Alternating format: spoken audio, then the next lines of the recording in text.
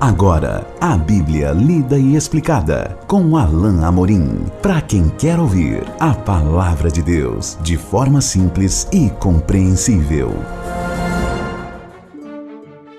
Olá, estamos de volta com o programa A Bíblia Lida e Explicada. Eu sou o pastor Alain Amorim. Nós vamos hoje começar um novo capítulo no Evangelho de Mateus. Estamos caminhando para a reta final do próprio livro de Mateus. Hoje, no capítulo 19 que iniciamos, Jesus já vai começar a sua jornada, a sua última jornada, na verdade, para Jerusalém. Ele deixa a Galileia, que ficava no norte de Israel, e se dirige para a Judéia, no sul, onde estava a capital, Jerusalém. Nessa jornada, ou melhor, essa jornada será descrita pelos próximos 2 capítulos. Depois nós teremos mais uns 2 capítulos com ensinos de Jesus, que ele já vai fazer em Jerusalém. E por fim, nós teremos o auge, o cume da narrativa do Evangelho de Mateus, que é a própria narrativa do sofrimento de Jesus na cruz. Então acompanhe comigo hoje a primeira parte do estudo no capítulo 19. Abra sua Bíblia, por favor, leia comigo dos versos. A primeira parte é, na verdade, uma porção grande e, como é o nosso costume, nós vamos dividir em 2. Então a primeira porção seria dos versículos 1 ao 12, mas hoje nós vamos considerar dos versículos 1 ao 6, a metade desse trecho. Vamos ler juntos a bendita palavra de Deus? E aconteceu que, concluindo Jesus estas palavras, deixou a Galileia e foi para o território da Judéia, além do Jordão. Seguiram-no muitas multidões e curou-os ali. Vieram a ele alguns fariseus e o experimentavam, perguntando: é lícito ao marido repudiar a sua mulher por qualquer motivo? Então respondeu ele: não tendes lido que o Criador, desde o princípio, os fez homem e mulher, e que disse: por esta causa deixará o homem pai e mãe, e se unirá à sua mulher, tornando-se os dois uma só carne? De modo que já não são mais 2, porém uma só carne. Portanto, o que Deus ajuntou, não separe o homem. Esse primeiro trecho do capítulo 19 registra 3 controvérsias, 3 episódios aqui narrados pelo evangelista Mateus, em que Jesus engaja em algum tipo de tema controverso. E esse é o primeiro deles. Os fariseus vêm testar Jesus acerca de uma questão que certamente era um tanto polêmica e um tópico bastante sensível para aquele tempo, tanto quanto é sensível para nós até hoje.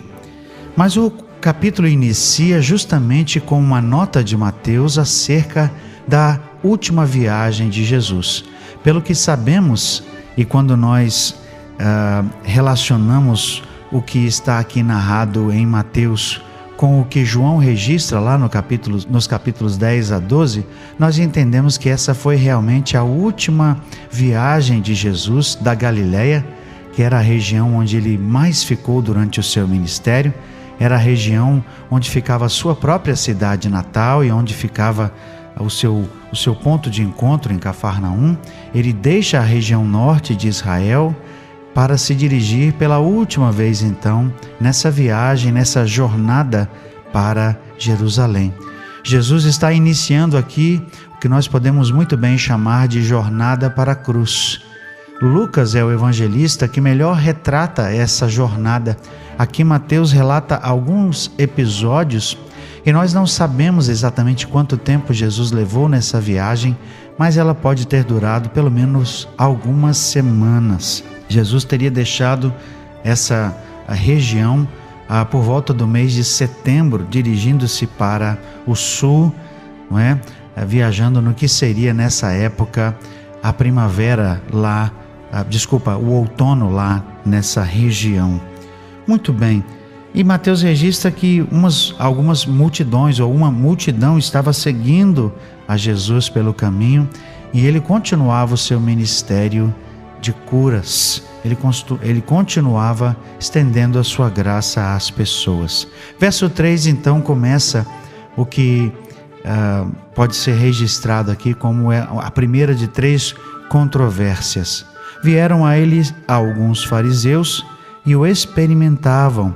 A palavra experimentavam é traduzida em alguns textos como e o tentavam, mas é justamente experimentar que é o melhor sentido aqui.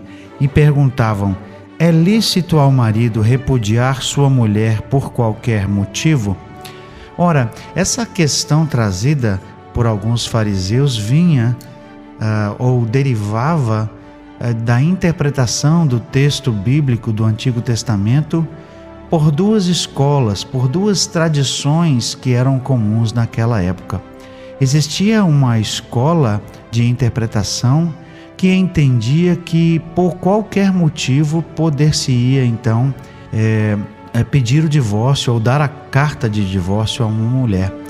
Alguns textos sugerem que até mesmo por conta de uma comida mal preparada ou queimada, um marido poderia dispensar a sua mulher e dar-lhe a carta de divórcio. Tamanho era o absurdo disso, mas esse relato é registrado em alguns escritos dos judeus daquela época. Por outro lado, existia uma escola muito mais restrita e mais afeita ao texto bíblico, que dizia que somente no evento de uma relação sexual ilícita, ou seja, no evento de um adultério ou de algo semelhante de natureza sexual, então o homem poderia dar a carta de divórcio para sua mulher.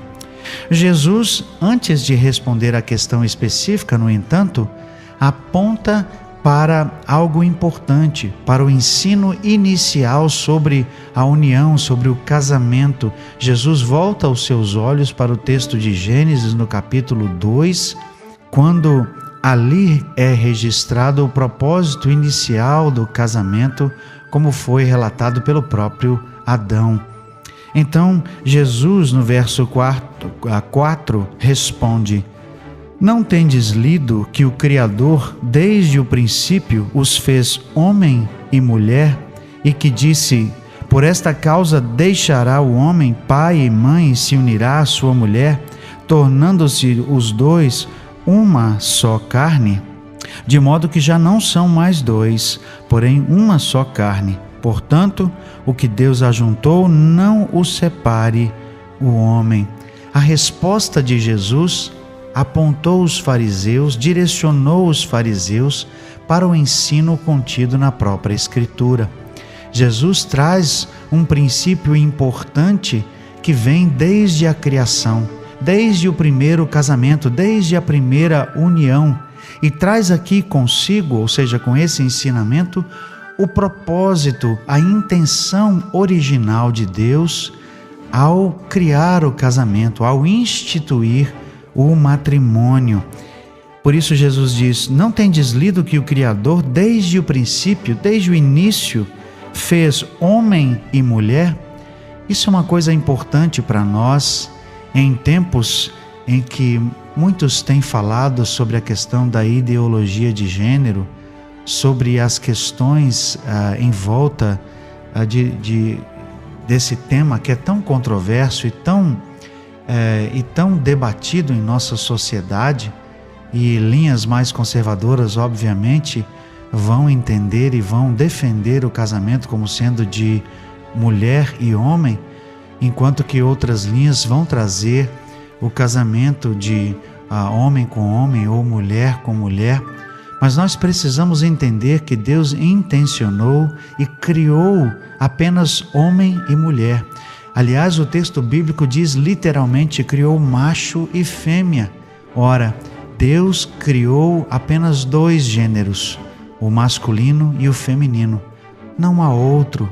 Por virtude da criação, por virtude do propósito original do Senhor Deus, pela sua criação, apenas 2 criaturas foram criadas. Apenas 2 gêneros foram instituídos, a mulher e o homem. macho e fêmea. E o casamento aqui instituído foi entre eles. E a união intencionada por Deus, a única união sancionada pelo Senhor Deus, é a união entre um homem e uma mulher, e não de um homem com várias mulheres ou vice-versa, e nem tampouco de homem com homem e mulher com mulher. Essa não foi a intenção original de Deus, mas apenas o casamento entre um homem e uma mulher. E mais, o texto diz no verso 5, por esta causa deixará o homem pai e mãe e se unirá à sua mulher. Esse casamento, na verdade, envolve o deixar a família e unir-se à mulher, ou seja, ambos homem e mulher, deixam os seus pais, deixam o lar inicial, ou seja, eles deixam a responsabilidade com os seus pais, a responsabilidade original com os seus pais, e se unem um ao outro, formando um novo núcleo familiar. Aqui o texto não sugere o abandono de pai e de mãe, não é isso que diz, mas apenas da responsabilidade. Agora, a responsabilidade é entre o casal. Uma nova família é formada e o texto diz que eles se tornam uma só carne, sugerindo justamente na união íntima que existe entre os dois agora. E diz então o texto, portanto, o que Deus ajuntou, não separe o homem. A intenção original de Deus é que o casamento fosse para toda a vida. O propósito original de Deus é que assim que o homem e a mulher deixassem o seu lar, os seus pais e se unissem em matrimônio, que essa união fosse então duradoura, que ela perdurasse por toda a vida e que o homem não separasse, ou seja, que o homem, por qualquer motivo, ou seja, por qualquer motivo que for, que o homem então não separasse ou não se separasse de sua mulher. Esse foi então o propósito inicial, o propósito original de Deus. Deus sempre intencionou, sempre teve o propósito de que o casamento perdurasse por toda a vida. Esse foi o plano inicial, foi para isso que ele uniu Adão e Eva, foi para isso, com esse propósito, que o próprio Adão disse, portanto, deixará o homem, o seu pai e sua mãe, se unirá à sua mulher, ambos serão uma só carne. Haveria uma unidade, haveria um elo agora inseparável, inquebrável entre o homem e sua mulher. E esse foi o propósito original de Deus. Nós vamos ver que o texto continua e Jesus vai dar a resposta específica à questão trazida pelos fariseus, mas isso será objeto do nosso próximo encontro. Até lá então, que Deus abençoe a sua vida. Acesse agora nossa plataforma e baixe os podcasts www.rede316.com.br. A Bíblia lida e explicada com Alain Amorim.